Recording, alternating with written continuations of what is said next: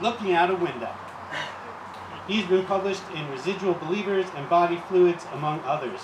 His first chapbook, Half a Martyr, was self-published in 2021 and is available on the table over there. And we are really pleased to have him as the first of our two features today. DC Klein, come on down.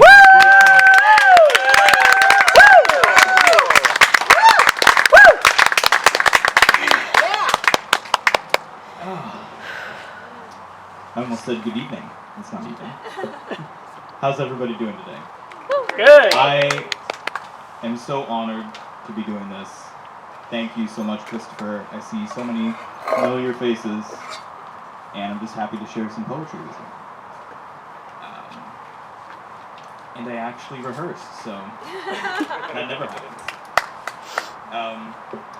First, I'm going to read some older poems, and we'll work forward chronologically. Sound good? Great. The Gardener. She raked new soil over narcissus bulbs in the raised planter. Her long hair pulled back in the fading sunlight and the soft brown earth, so naturally placed there, with the bulbs, the dirt, the light, and the rake. She cultivates me too, as much as the impending pink blooms. Woo! Nice.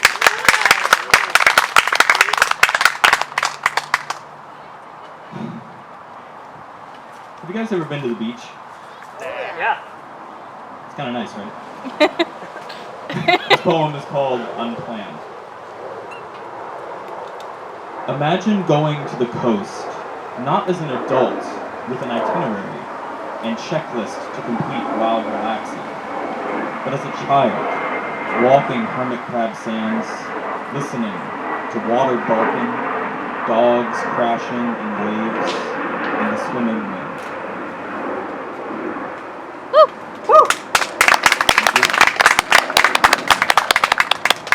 Independent contractor. This one's a little personal. The man in the hotel room paid maybe $15 for a New York deli sandwich. Driving 10 miles or so, bumpy pavement, faulty directions, I delivered the paper-wrapped hoagie. He was grateful. In my apartment that night, I tried to feel grateful for the $7 I earned.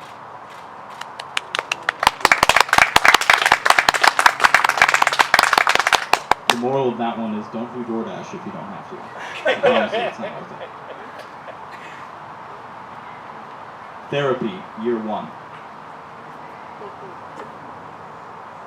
Therapy has helped me realize that I am alive in the past, dead presently.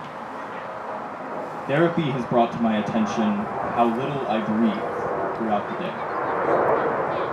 Therapy has shown me it hurts to have mostly good relationships and one you'll never recover from. Yet I have not spoken on these subjects with my therapist.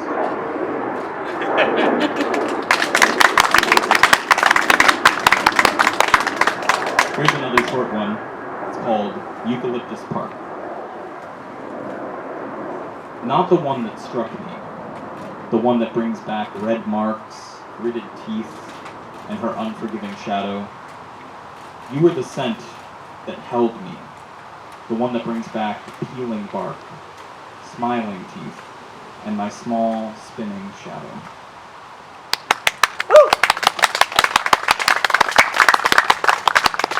Anyone here have a pet that they love very much? Of course, this one is for you all and your pets. Phoebe. Her spine is lightly curved, pressed to my gray sweatpants. The black field of her fur rises and falls in dreams. I want to sit here and rest with her. I deserve to rest and sit here with her. The cat is sleeping against my leg because she trusts me. Now we'll get into a slightly longer one. This one is called Practice. Hilltop in Kelowna, tall grasses up the slope, river hugged by forests below.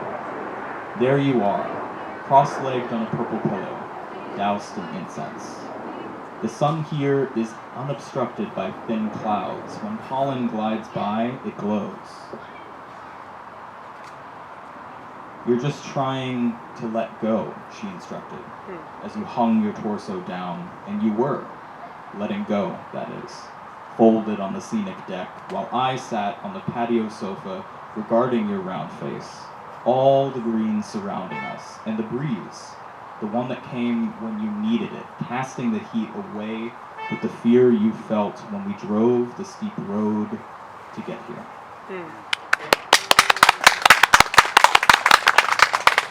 Now, I'm going to read 3 poems from my chapbook, which is available today.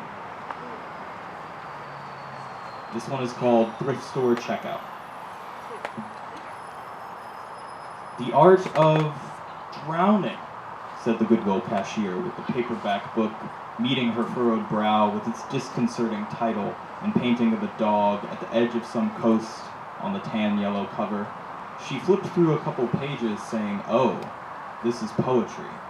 And she scanned the tag so I could purchase this Guide to Death by Water for a mere $2.99.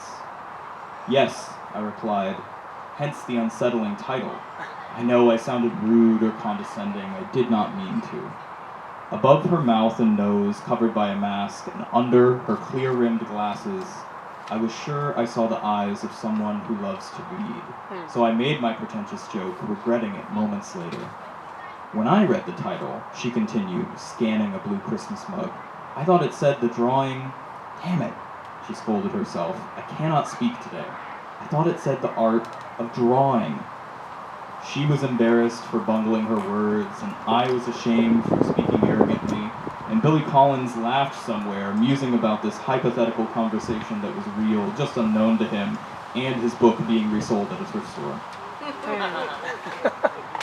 I wish I could learn how to draw, I said, using my card to pay, with my head tilted down, drowning already.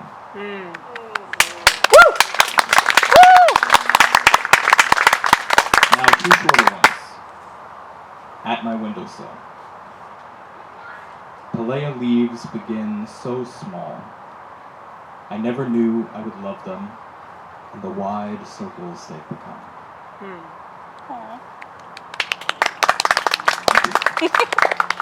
This one is called Weeding, which I think was on a bookmark at Birdhouse Books, if I'm not mistaken.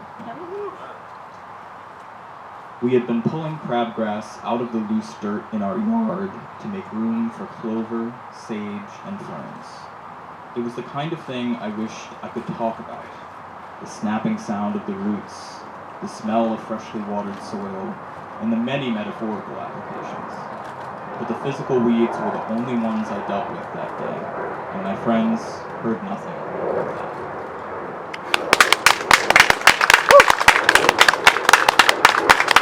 And now, in this final section, I'll read some newer poetry that has not been or heard anywhere.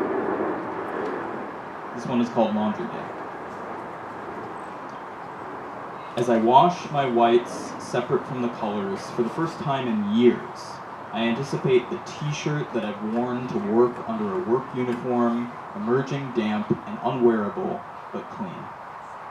Pit stains and discoloration soaked out with soap and centrifugal force, and I'm asking, now, how many times is enough for you? How many times until I am clean?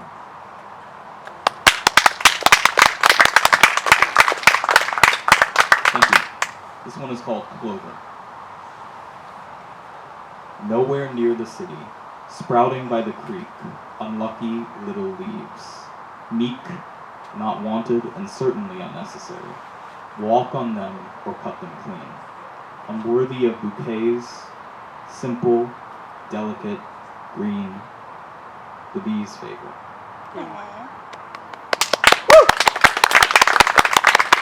This next one is called Patio Furniture. I've got like 2 rapid-fire ones. So if you don't clap, I won't hold it against you. Patio furniture. Mosquito repellent burned while she smoldered on plastic white forever chairs. Leaving home was like sawing the sitting frame. Frame, not biting smoothly, no matter how sharp the teeth. And then this one is called Order.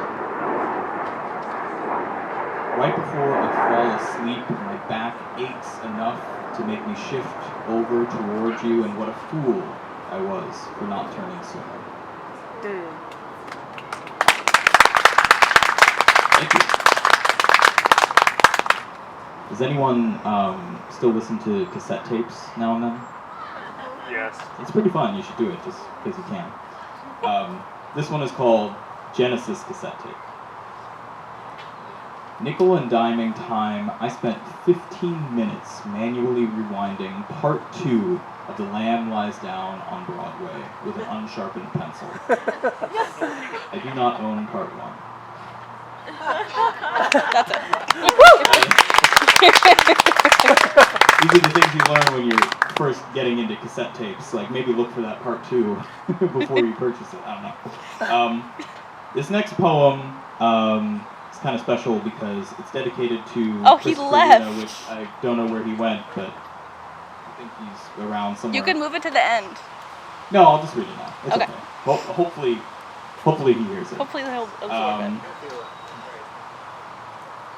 But Christopher Luna does workshops, and he is and there he is. And I first met him at Ghost Town, and he is an incredible poet in this community and a wonderful friend, and so I wrote this poem about him, and it's called The Work. Man in the houndstooth flat cap, poet behind the mask, the physical, the metaphorical, the ultimately groovy, the protection, the shield, citizen of Ghost Town, exile of New York State, MC of the open mic, reader and writer, Xerox collager, Allen Ginsberg factoid presenter, Jack Kerouac student and graduate, father and loving husband, leader and dear friend. Thank you for showing us how to do it and for doing it. Aww.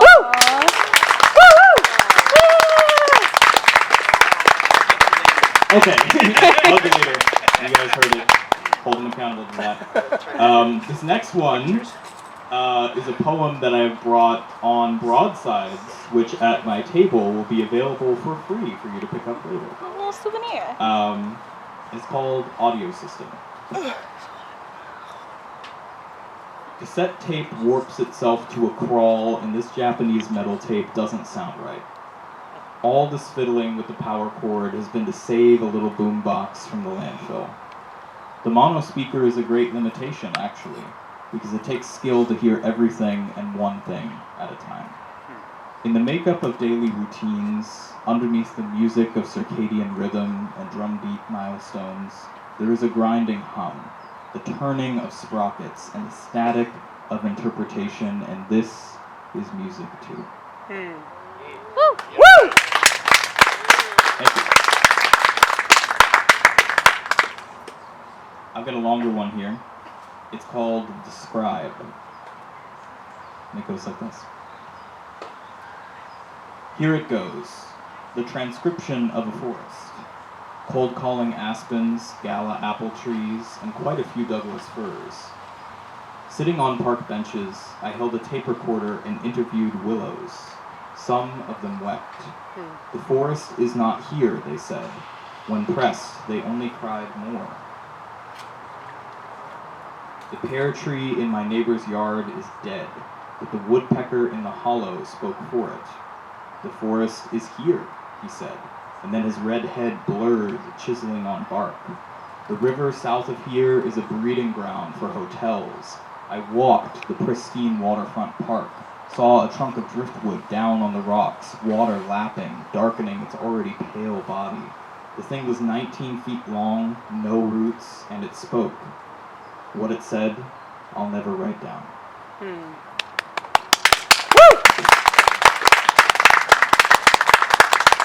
It's just 2 minutes.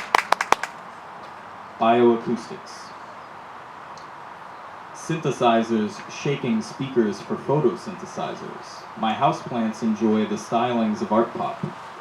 Beware the whiplash of the algorithm-generated digital playlist. Electric keyboards followed by acoustic guitars. Pothos stretching towards Sony stereo.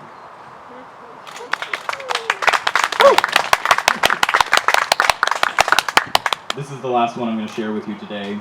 It's called The Turning Key. And I had a brass key that's really gigantic that I wanted to bring, but you're just going to have to imagine it. So I was going to pull it out right now, and I don't have it. The Turning Key. Beneath the ground is budding resurrection. Winter tombstones in the garden as a churchyard. The boots of mourners in the snow saturated. Ghost stalks engraved with leaf litter Latin. The buried spines of rose campion, dormant. Alabaster flowers rise from the deadfall.